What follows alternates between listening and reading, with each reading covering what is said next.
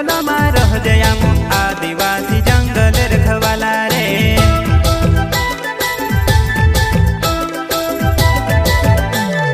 चल जंगल जमीन काज पूजे रे आदिवासी दुनिया ने रखवाला रे।